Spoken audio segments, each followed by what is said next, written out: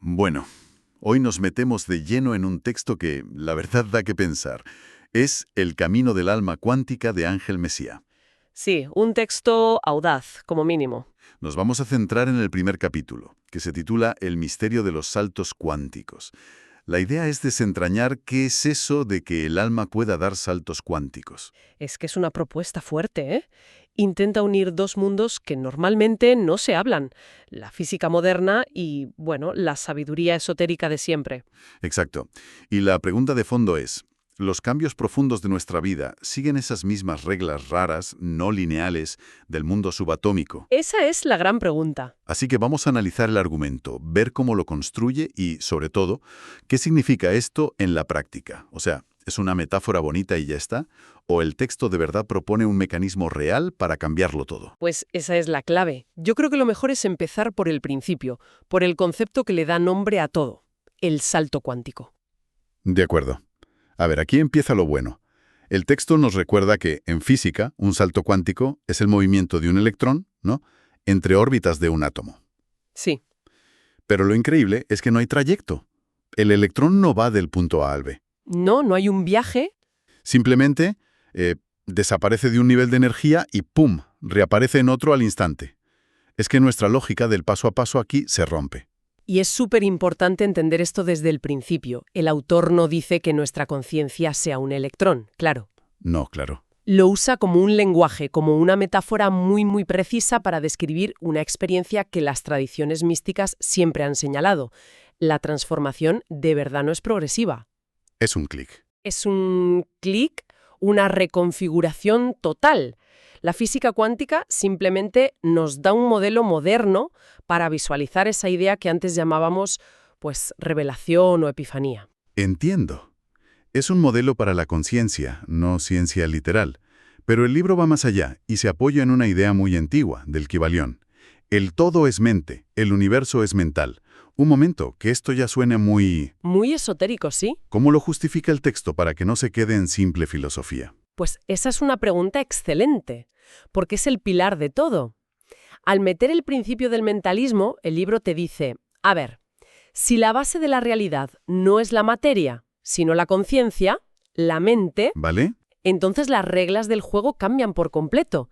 Cambiar la realidad ya no es una cuestión de mover ladrillos, de esfuerzo físico. Es reconfigurar la conciencia. Exacto. El salto cuántico del alma se convierte en una consecuencia lógica. No fuerzas una realidad nueva, sino que, según el texto, la convocas al alinear tu mente con la frecuencia de esa realidad que ya existe como potencial. Vale. El cambio ocurre primero dentro.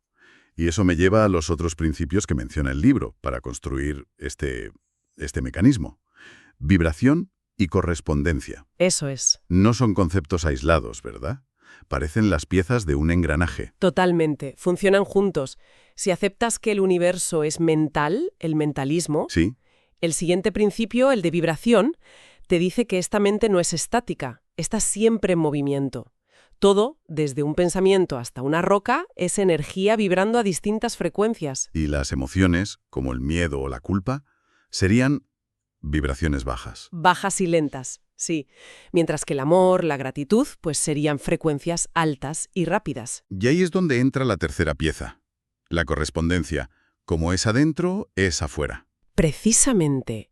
Este principio es el espejo. Te asegura que lo que vibras dentro se va a reflejar fuera, sí o sí. A ver si lo pillo. Venga. El proceso sería, primero cambio mi estado de conciencia, o sea, el mentalismo. Ajá. Esto implica cambiar mi frecuencia, la vibración. Exacto. Y el universo, por ley, me enseña un reflejo de ese nuevo estado, la correspondencia. Has dado en el clavo. Ah, entonces la clave no es salir a buscar una realidad mejor, ¿No? es entrar en resonancia con ella. Me acaba de venir a la mente una frase del libro que ahora cobra todo el sentido. No se viaja hacia otra realidad, se entra en resonancia con ella. Es que es eso. Es como cambiar la emisora de una radio. La otra canción ya estaba en el aire, pero no podías oírla. Es la analogía perfecta. Lo que sugiere el texto, y a mí me parece fascinante, es que la sensación de estar atascado no es un problema de circunstancias. Es un problema de resonancia. Es un problema de resonancia. No es que no haya oportunidades, es que Literalmente no las puedes ver porque tu frecuencia interna no está sintonizada con ellas. Son invisibles para ti. Entiendo el marco teórico, pero bueno, suena muy abstracto. Me pregunto cómo se traduce esto en el día a día. No creo que la gente tenga iluminaciones tipo Buda mientras hace la compra. Claro, claro. ¿Cómo se cambia la vibración? No es como girar un dial. Pues mira, aquí es donde el texto se vuelve muy práctico. Introduce el concepto de microsaltos cuánticos. Microsaltos. Sí. No se trata siempre de un evento monumental.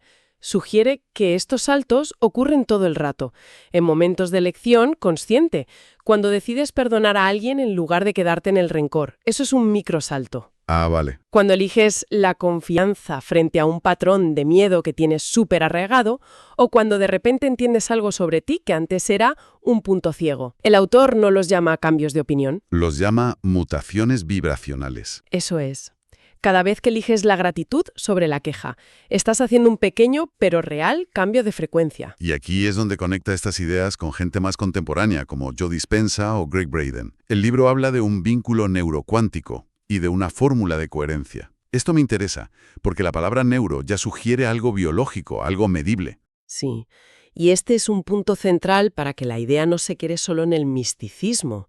Al hablar de figuras como Joe Dispenza, lo que está haciendo es conectarlo con la neurociencia del proceso. Que lo puedes ver en el cerebro, vamos. Exacto. Dispenza te explicaría que la meditación o los estados emocionales elevados pueden literalmente recablear tu cerebro. Hacen que dejes de usar los circuitos neuronales de tu antiguo yo y empieces a construir los del nuevo yo. ¿Y la fórmula de coherencia? ¿En qué consiste? Pues la fórmula que propone el libro es muy elegante. Dice que el pensamiento es la información, la carga eléctrica en el campo cuántico. Vale. Pero el pensamiento solo es débil. La emoción, por otro lado, es la energía. Es la carga magnética que atrae la realidad. El imán. Es el imán. El salto se activa cuando unes los dos en un estado de coherencia. O sea, cuando tu pensamiento de un futuro que quieres está alineado con una emoción elevada. Gratitud, amor, alegría. Como si ese futuro ya estuviera pasando.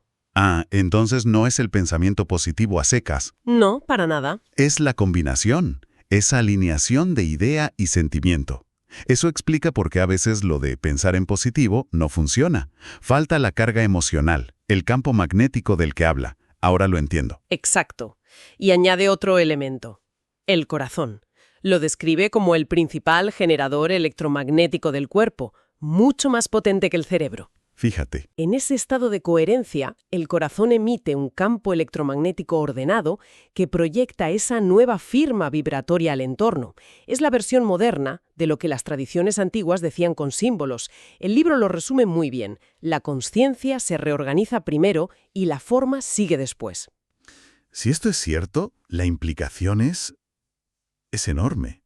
Significa que siempre estamos creando nuestra realidad, a cada segundo. Seamos conscientes o no. Y esto me lleva a la distinción que hace el capítulo entre la creación consciente e inconsciente. Ese es el eje de todo el mensaje práctico. La creación inconsciente es nuestro modo por defecto. Está impulsada por frecuencias densas, las que hemos aprendido desde niños. Miedo, culpa, vergüenza, escasez. El libro lo llama el flujo de la entropía interior. Me parece una descripción genial. Es buenísima. Es como dejar la mente en piloto automático hacia el caos. Y subraya algo importante. No es un castigo ni mala suerte. Es simple resonancia. Si tu estado dominante es la escasez, tu realidad se va a configurar para confirmar esa creencia. Verás escasez en todas partes. Y la creación consciente entonces sería tomar las riendas de eso, el camino de la soberanía interior, como lo llama. Justo. Consiste en sostener deliberadamente un estado de alta coherencia, en construir lo que llama arquitecturas vibracionales. Y lo más interesante es que no se trata de luchar contra la vieja realidad. No tienes que pelearte con tus problemas. No, el objetivo es elevar tu frecuencia tanto que la vieja realidad, con sus problemas, se vuelve incompatible contigo. Se queda obsoleta. Se queda obsoleta, ya no encaja en tu campo energético. No hay batalla. Hay una superación por disolución. Pero está paralizado por el miedo. Sí, y es un ejemplo perfecto. La persona está atrapada en una vibración de escasez y de duda. No soy capaz, no tengo recursos. Y su realidad, claro, le refleja eso. Por supuesto. Los bancos le niegan el crédito, los socios no aparecen. El salto cuántico no ocurre cuando se pone a trabajar más duro, sino cuando a través de una práctica interna logra un estado de coherencia. Que no es repetir, soy exitoso, como un loro. Para nada. Es llegar a sentir una gratitud y una certeza tan profundas que el éxito se siente como un recuerdo del futuro, como algo ya hecho. Y el texto describe cómo a partir de ese cambio interno, lo de fuera se reorganiza, casi mágicamente. Mágicamente, para quien lo ve desde fuera. Para el libro, es física. Un antiguo contacto que no veía en años le llama con justo lo que necesitaba. Una oportunidad de financiación que antes era invisible, de repente aparece. O sea que esa nueva realidad ya existía. Ya existía como una de infinitas posibilidades en el campo cuántico, pero solo se manifiesta en su experiencia cuando su frecuencia interna por fin sintoniza con ella. Esto puede sonar un poco etéreo para algunas personas. El libro usa ejemplos más conocidos, históricos, para anclar un poco la teoría. Sí, y es una de las partes más potentes. Recurre a figuras como Buda bajo el árbol Bodhi o San Pablo en el camino a Damasco. El ejemplo de San Pablo es muy bueno. Es que vale la pena pararse ahí.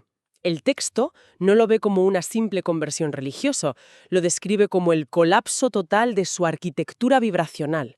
Saulo de Tarso era una identidad construida sobre la persecución, el juicio, la rigidez. ¿Y en ese instante? En ese instante, esa identidad no decidió cambiar, se disolvió, se desintegró por completo.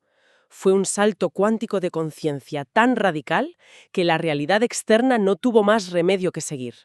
Y nació una persona nueva, Pablo, con una misión y una realidad totalmente opuestas. Vale, reinterpretar la historia así es poético, pero ¿no corremos el riesgo de simplificar demasiado a figuras tan complejas? ¿Reducir sus vidas de lucha a un único momento mágico? Es una objeción muy válida, y creo que el texto lo aborda al no presentar estos momentos como algo que les pasó y ya, sino como la culminación de un proceso interno, aunque la manifestación final fuera instantánea. El salto es el momento en que el agua a 99 grados por fin hierve. Hubo un proceso previo, pero la transformación de estado es súbita. Entiendo. También cita a Nikola Tesla y su famosa frase: si quieres entender el universo, piensa en términos de energía, frecuencia y vibración. No lo usa como una prueba científica, sino para mostrar que algunas de las mentes más brillantes ya intuían que estas fuerzas son las que de verdad gobiernan la realidad. Claro, es una forma de ver la historia no como una línea de tiempo o de eventos, sino como una serie de puntos de inflexión de la conciencia humana. Exacto. Picos donde emerge un nuevo estado del ser y cambia el curso de todo lo que viene después. Entonces, para resumir este primer capítulo, la premisa es que el cambio real, el duradero, no es gradual, no es externo, no es una lucha. No. Es un cambio de estado interno, instantáneo y vibracional. Un salto cuántico que, en el fondo, parece ser el arte de la alineación consciente entre lo que pensamos, lo que sentimos y lo que somos. Perfectamente resumido. Y el capítulo cierra con esa idea tan contundente. No se produce la nueva realidad, se sintoniza con ella. Es que cambia el paradigma por completo. Desde luego. Nos aleja de la idea de ser víctimas o meros espectadores de una realidad fija y nos coloca en el asiento del creador. Nuestra conciencia es el dial, el sintonizador que elige en qué realidad queremos vivir. Lo cual nos deja con una reflexión final, bastante potente. Si la realidad individual que vivimos es un reflejo de nuestra coherencia interna, como sugiere el texto, Ya. ¿qué significa el estado de nuestro mundo colectivo? Cuando vemos una realidad compartida que a menudo parece caótica, fragmentada, podría ser el espejo de una masiva falta de coherencia a gran escala. Es la pregunta inevitable que se desprende de todo esto, sí. Y si es así, y llevando la idea hasta el final, ¿podría un salto cuántico ocurrir también a nivel colectivo? No a través de un cambio político o tecnológico, sino a través de un cambio sincronizado en la conciencia de millones de personas. El libro no lo responde, pero desde luego deja esa posibilidad flotando en el aire.